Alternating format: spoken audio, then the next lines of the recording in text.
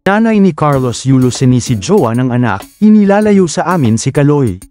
Nagkabukingan na. Pasabog ang mga naging revelasyon ni Angelica Pequez Yulo, ang nanay ng Olympic gold medalist na si Carlos Yulo. Ibinandera ni Angelica sa publiko na ang saman daw nila ng loob ni Carlos ay dahil daw sa girlfriend nitong si Chloe San Jose.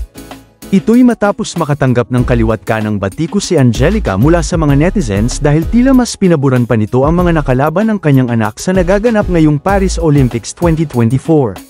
Sa halip daw kasi na si Carlos ang ipinagmamalaki nito ay kabaligtaran ang nangyayari. Niwala raw itong ipinupost sa social media tungkol sa pakikipaglaban ng kanyang anak sa Paris Olympics. Dedma rin daw si Angelica nang magwagi ng gold medal ang anak para sa floor exercises sa men's artistic gymnastics category. Kaya naman imbierna sa kanya ang mga supporters ni Carlos. Pero mukhang may pinanggagalingan din pala si Angelica kung bakit parang wala siyang paki sa laban at tagumpay ni Carlos. Ayon sa nanay ng pinakabagong Olympic gold medalist ng Pilipinas, ang dahilan daw ng hindi nila pagkakaintindihan ng anak ay ang jowa nitong si Chloe na sinasadya raw ilayo si Kaloy sa kanilang pamilya. Sa panayam ng 102.7 Star FM Manila kay Angelica, si Chloe raw ang nagbibigay ng tensyon sa kanilang pamilya. Ang naging mitya, ever since ay yung babae talaga, pahayag ni Angelica.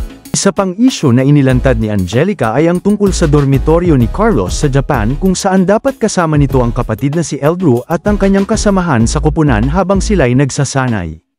Ang naturang dormitoryo, na pinondohan umano ng Philippine Sports Commission, ay ginagamit din daw ng jowa ni Carlos kaya na bad trip ang mga magulang ng atleta. Hindi raw pinapayagan si Chloe na magstay sa naturang dormitoryo kaya tinawag pa niya itong outsider. Sa tingin niyo ba patutulugin ko yung anak ko, menor de edad? Kasama siya at yung babae, ang punto ni Angelica. Aniya pa, feeling nila ay sinasadya na ni Chloe na ilayo sa kanila si Carlos. Okay lang, then nung nagkita, feeling ko inilalayo niya sa amin si Kaloy. Samantala, mariin din niyang itinanggi ang chika na ninakaw nila ang pera ni Carlos pero totoong nagamit nila ang bahagi ng savings ng kanyang anak para sa pag-aayos ng kanilang bahay.